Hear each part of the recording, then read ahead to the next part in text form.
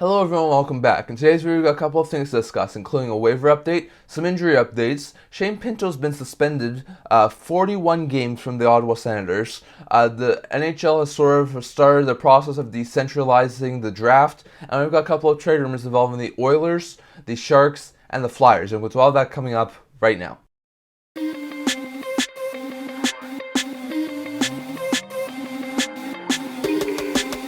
Hello everyone, welcome back to another video here at the Internet Talk Channel. Now before we begin this video, don't forget to like this video and subscribe down below. We're so close to 200 subscribers, and I want to thank you guys for all of your support. I would never be able to do this without all of you guys. So if you haven't already, just remember to hit the subscribe button down below.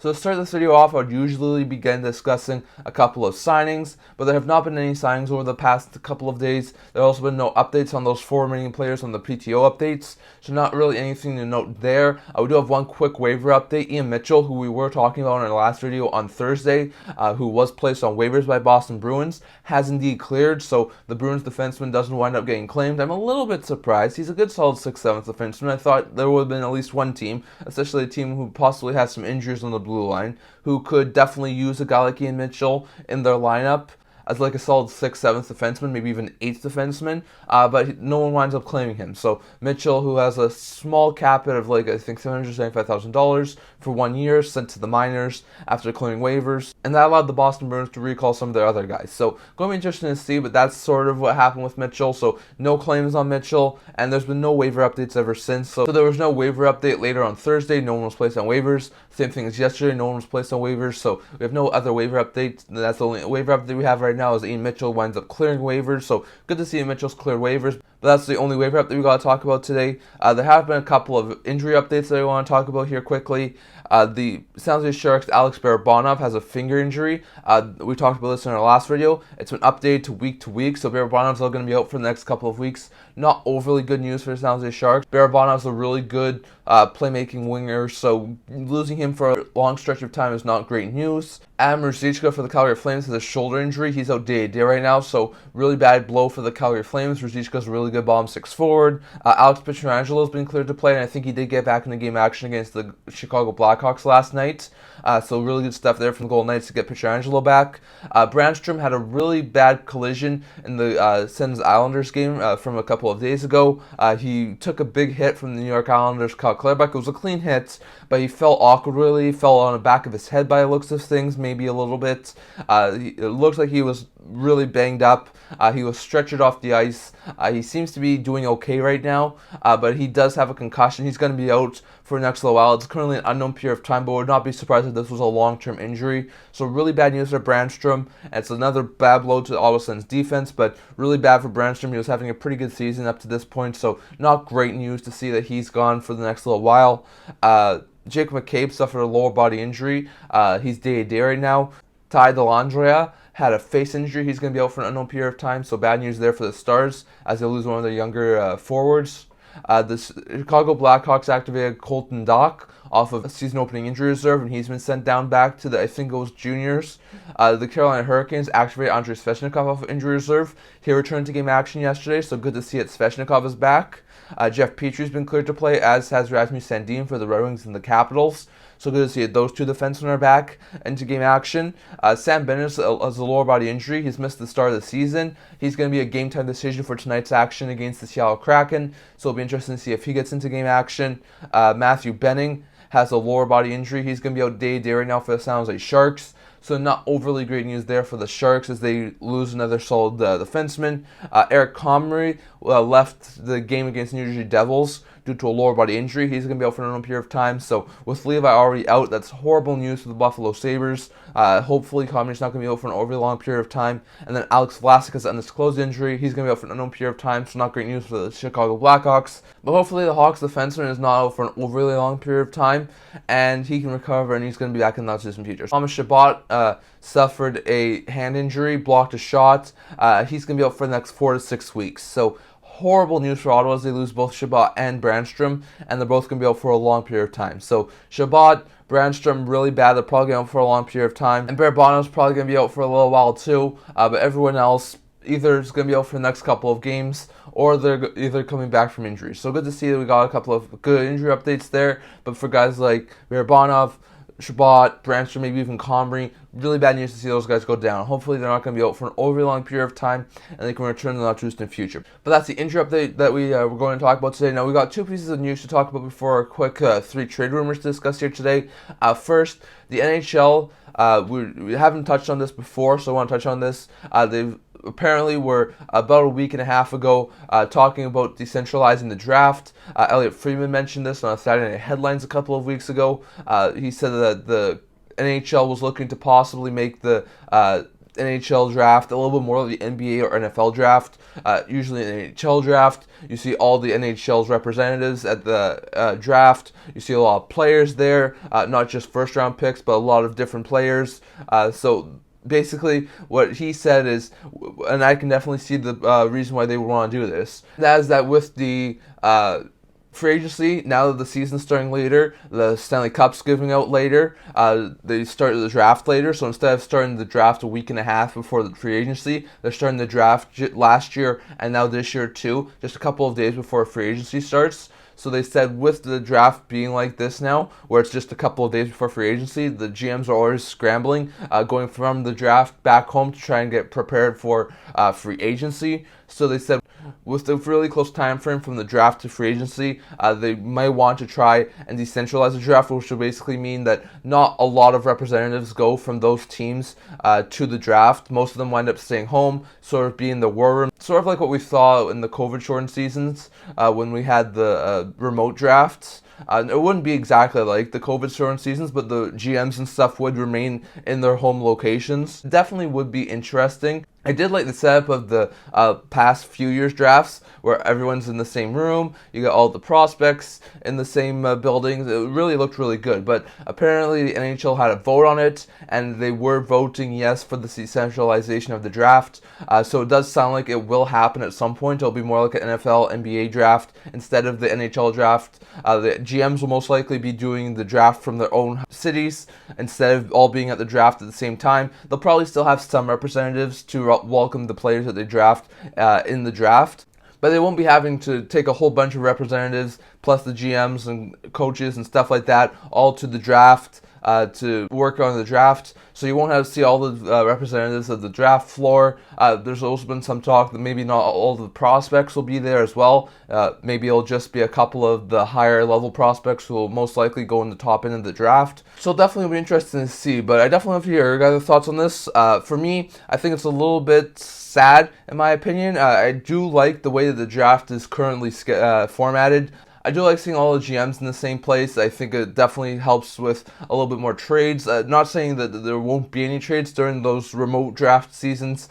There were some trades as well, so not going to say there won't be any trades, but it was good to see all of the GM talking to GM over across tables. So it was really good to see there.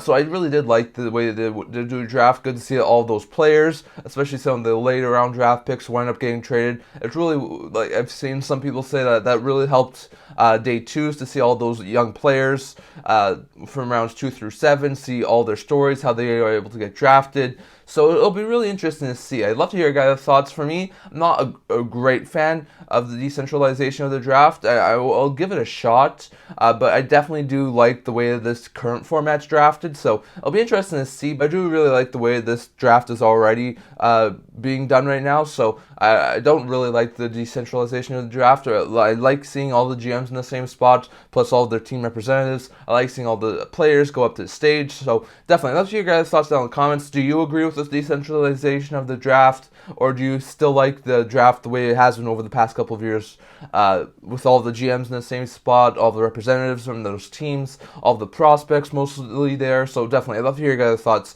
down in the comments. But it sounds like the decentralization of the draft is coming at some point in the near future. It may not be this year. A lot of people do think it'll probably be for a 2025 draft. So you may see this year in Vegas where the draft is, we still don't know exactly where it's going to be, but it sounds like for this year in Vegas, we'll probably have the draft as it usually has been, with all the GM's representatives, wherever the draft is taking place, all the prospects, and then maybe next year we go to decentralization of the draft. So it'll be interesting to see, but that's a big piece of news that I did want to touch on here today, as is Shane Pinto. Now, over the past couple of weeks, we've been wondering what about Shane Pinto. He's the only remaining unsigned RFA. There's been a lot of talk that Pinto needs to be signed. We've talked a lot about him possibly being moved, possibly being signed, the Sens trying and get some sort of a contract with him. And then we had the surprising news yesterday, just after I recorded my video on Thursday, and that is that Shane Pinto has been suspended for 41 games due to breaking league betting rules. Now, the NHL put out a statement. It's been really confusing. The NHL has been really quiet about this. All they said was that he didn't actually bet on any NHL games, and they did suspend him for 41 games. So that's all we've really heard from the NHL. So some things to note here from this suspension from Pinto. It doesn't sound like he was gambling himself. I don't exactly know what the 41 games suspension is for. I'm sure we'll find out eventually. But for now, I'm not exactly sure what the 41 games is. I think if he was gambling on NHL games, which is strictly not allowed for the NHL. It did happen before that there were a couple of players back in, I think, the 80s, 1990s that were suspended for life due to gambling. So I don't think that if it was that severe, he would only be suspended for 41 games. So I don't think he gambled. I've seen some people mention that it's possible that maybe he was relaying some information to like third-party people and they were doing the betting. So maybe that's possible. I'm not exactly sure. I still don't know exactly what happened, so I can't exactly say, but it had to be egregious enough to suspend him for 41 games. So that's going to be interesting to see. So other things to note here, usually RFAs need to be signed by December 1st, or otherwise they aren't able to play for the full entire season. That's not going to be the case for Pinto. It seems like he's been given some sort of an exception. If he's not signed by December 1st, he'll still be able to play whenever he winds up signing. So that's going to be interesting to see. Usually suspensions are backdated to the first time that they're signed, but due to this being an off-ice issue, apparently, this suspension was backdated to the first game of the season, so he's just going to miss the first 41 games of the season. So I think it's in mid to late January he'll be able to return, so that's good news for the Ottawa Senators. So there's also been a lot of talk that the Ottawa Senators rescinded all of their previous contract negotiations, and they'll probably have to sign something around his qualifying offer of $874,000. Pinto also seems extremely happy that the Senators were able to keep this quiet. So it sounds like the Senators will sign to probably like a 1-year extremely cheap deal, somewhere between like his qualifying offer and league minimum. Sign him for 1 year. When he gets back off of suspension, he'll be able to get back in there, back in the Sens lineup, and the Sens probably wouldn't have to make as much of a move. They would probably just demote someone off the roster, add Pinto in, and it sounds like sort of a thank you for keeping this quiet. Pinto will sign a very, very cheap deal, and they'll have to go through the RFA business again next year. But it sounds like this investigation started sometime around training camp. It sounds like the Sens were notified around this a couple of weeks ago. We know that a couple of reporters saw Shane Pinto in Ottawa, and it sounded like that's really started when the investigation really started to pick up for the NHL. And then as soon as it sounded like he was going to be suspended, that's when he left Ottawa to go back home to New York.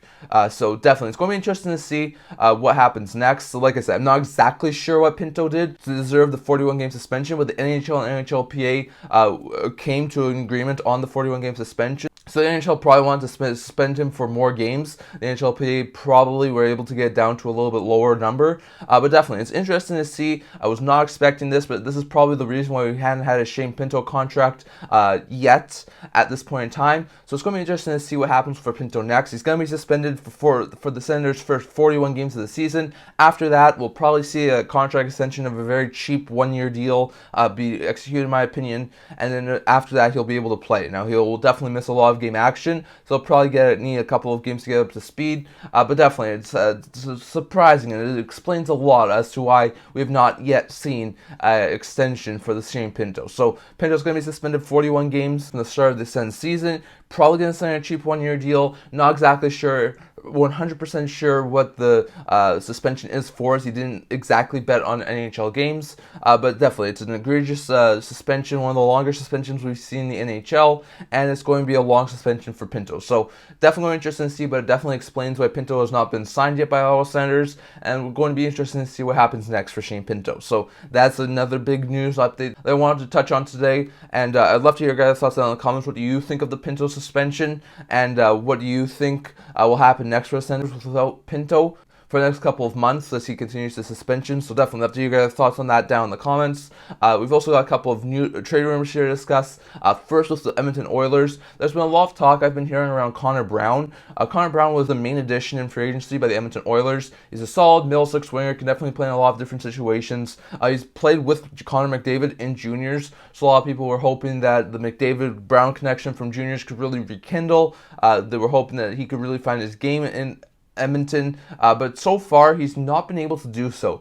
Brown's had 0 points in 7 games of NHL action. Now, if he was putting up a couple of points a game, maybe had like 3, 4, 5 points at this point in time, I think it'd be a different story. But the fact that he was brought in to be a solid top 6 forward with McDavid, and up to this point he has not been able to produce, I think that's a little bit concerning. Now, a lot of people also think this is really concerning. Now, in order to sign Brown to that sort of a deal where it's only $775,000 on his base salary, they had to give him a $3.25 million signing bonus, and that comes whenever he plays his 10th game. So if he was able to play 10 games for the Edmonton Oilers, then the Oilers would have to pay him a $3.25 million signing bonus. And given the fact they're really tied up to the cap right now, if they aren't able to pay it with this year's cap, they're going to be paying it with next year's cap. And a lot of people don't think the Oilers really want to take out $3.25 million in a player who's not going to be with their team possibly as of next year. So it's going to be interesting to see what they do with Connor Brown. I've seen some people say possibly they could put him on waivers. Some people possibly say they could healthy scratch him. Maybe they wind up trading him. Whoever acquires him, if they were to trade him, would have to pay him a $3.25 million signing bonus in the offseason. So it's going to be really interesting to see. I'm not exactly sure if there's going to be a lot of teams who would be willing to pay Brown $3.25 million signing bonus in the offseason. But definitely, Brown's not done overly well to start the year. And if he reaches the 10-game plateau, he's going to earn his signing bonus. And that's a really big signing bonus for a cap-strapped team like the Edmonton Oilers. We saw how bad of the cap penalties those signing bonuses were for the Boston Bruins when they gave them the Bergeron and Krejci last year. Just imagine what sort of damage you could do to the Edmonton Oilers. And if Brown, like I said, was putting up 3, 4, 5 points in the first 7 games, I think they would be okay with paying that bonus. But given the fact he has no points in 7 games, I think they might be a little bit hesitant to give him that bonus. So it'll be interesting to see. There's 3 games before the Edmonton Oilers hit the 10-game mark. So it'll be interesting to see if Brown winds up playing in all 3 of those games, or if the Oilers consider placing him on waivers, if the Oilers consider trading him, if the Oilers consider healthy scratching him. Will be real interesting to see, but it sounds like with Brown not doing overly well to start the year, maybe he winds up getting traded, sent down, demoted, healthy scratched, or something to avoid giving him that 10th game and having his signing bonus kick in. So it'll be really interesting to see what happens there for the Edmonton Oilers. On top of that, Morgan Frost in Philadelphia. He's been a really good player in Philadelphia over the past couple of years. Really had a good season last year. But he's actually been healthy scratched multiple occasions now by the Philadelphia Flyers. He has not been able to get back into the lineup. And a lot of people are starting to think maybe Philadelphia winds up trading him in the not distant future. It's not like Frost was being shopped in the offseason by the Philadelphia Flyers. They never been able to find a suitor for him, so he signed a 2-year, $2.1 million deal with the Flyers to remain there. I think he started in the first 1 or 2 games, but ever since then he's been really scratched. So it sounds like a lot of media thinks that if he's not able to get back into the lineup in the next couple of games, Frost could wind up being a trade chip for the Philadelphia Flyers. He's really good young second, third line center in my opinion. He'll be a good third line center on a couple of cup contending teams. So it'll be really interesting to see. But I definitely do still think Philly likes Frost. He's a really good player, but he's not been able to get into the lineup. So given that fact, given he's not getting into the lineup, given the fact that Tortorella doesn't really see a fit in the lineup for him, I think there's a possibility Frost gets moved. And there will be a lot of interest. Frost is a decent second, third line center who can put up points and is on a reasonable $2.1 million contract. So in my eyes, if the Flyers aren't able to get Frost into the lineup in the not too distant future, he will be a name to watch out for over the next little while. Teams who need some center help, need like a second line center or third line center, have the cap space to add a guy like Frost, I think would definitely want to add him. So definitely going to be interesting to see. I'm not saying they are definitely going to trade him. He could definitely get back in the lineup, produce in the next couple of games, and then really sort of show that he should belong in the lineup. But definitely, if the Flyers are not putting him in the lineup on a regular basis, I think there's a very likely possibility that he gets up traded. So it's going to be interesting to see, but Frost is a name we're going to have to watch out for as the Flyers continue to scratch him and he continues to miss game action. So it'll be interesting to see, but I think he's still good second, third line center. And for teams who are looking for center help, I think he could be a fantastic fit. And then one last thing here is which is going to be the first San Jose Shark player to wind up getting traded. Now, we know the Sharks are a horrible team this year. They're 0-7-1. They're 8 losses in 8 games. They've only had 8 goals in 8 games, and they're not doing overly well. So there's a lot of talk that the San Jose Sharks are going to be an extreme seller at this year's trade deadline. It's just a matter of time before they start moving off some pieces. But they have a lot of good pieces, so it's going to be interesting to see who winds up getting moved first. If you look at the netminders, Blackwood's actually done all right this year in nets. He's not done fantastic, but it definitely kept them in games they shouldn't be in. Kakko-Kähkönen's not done overly well. He's a pending UFA. I do wonder if a team's maybe looking for some insurance in net around the trade line. If a team tries to get Chabot, I think that's a possibility, so we're going to have to watch him. They don't really have too much in the name of defenseman. I could see a team look at Mario Ferraro and try and add him. He's a solid, second, third pair defenseman, so I could definitely see some teams be interested in a guy like Mario Ferraro, maybe a guy like Matthew Benning if there was some interest there, but besides that, I don't really see the Sharks having very much trade chips on the blue line. Forward group, they do have a couple of guys who I think they could end up trading. There's been a lot of talk over the past little while about Logan Couture. He hasn't gone to any NHL games this year, so I'm not exactly sure he'll be traded right now, but maybe closer to the deadline and teams looking for some center help. Maybe Couture winds up being a guy who winds up being traded. He's making $8 million for the next 4 years this year plus 3 more. So I definitely do think there could be some interest in Couture. I've seen some people say Hurdle could be moved, but he's on a very long-term deal, so I'm not exactly sure if Hurdle will be moved right now. We know Granlund has 2 years left on his deal this year and next year. I think $5 million. Hoffman has this year left at $4.5 million. Duclair has this year left at $3 million. Barbanov has this year left at $2.5 million. I'm not sure if they would want to trade Zadina, who's actually been one of the bright spots on this team, or some of the other players that have been really good young players on this team, so it'll be interesting to see, but I definitely do expect the Sharks to make a ton of moves from now until the trade line, and then probably in the offseason too, as they've looked quite awful. And I think whether it be Kähkönen, who's a pending UFA, Hoffman, Duclair, Barbanov, someone with term, maybe like a Mario Ferraro, Matthew Benning, Logan Couture, maybe Tomas Hurdle, someone else on top of that, I think there is a very likely chance that there's a couple of guys. Kevin LeBank's another one. I think there's a very likely chance that a couple of guys wind up getting moved this year by the San Jose Sharks. It's just a matter of when, and it'll be interesting to see. They only have one retained salary slot left after retaining salary on Carlson and Burns, so it's not like they can go out and trade like a LeBanc and then a Hoffman and retain lots of salary on them to make them more appealing. They don't have that much flexibility in the cap retained slot. So it'll be interesting to see how they are able to make these moves, but I expect a lot of guys like LeBanc, Hoffman, Duclair, Barbanov, Kähkönen, possibly Ferraro, possibly Couture, possibly Benning, amongst others, to possibly be moved in season this year. So it'll be interesting to see, but definitely up to your guys' thoughts down in the comments. Does Frost get moved? He's not been playing a ton with Philadelphia this year. If he's not being able to get back into the lineup, does he get moved? Do the Edmonton Oilers do something with Connor Brown? His cap, it's not done overly well, especially with that signing bonus. So if he's not being able to be a productive NHL player, do they trade him or demote him before a 10-game mark? Do the Sharks end up making moves? I think it's definitely a yes. But what players do you think would be the first to be moved? Would it be Duclair? Would it be a Barbanov? Would it be a Couture? Definitely love to hear your guys' thoughts. And what do you think about the decentralization of the draft, as well as the Pinto suspension? Definitely love to hear your guys' thoughts down in the comments. But that's what I'm going to talk about for today. Remember to like this video, and if you're related to it, remember to subscribe down below. We're so close to 200 subscribers, I would never be able to do for all of your guys' support. So definitely don't forget to subscribe if you haven't already. I also have a blog talking about news, rumors, analysis, stuff like that. So definitely check that out. I'll leave links down in the description below. And I can't wait to see you guys all for the next video. See you guys soon.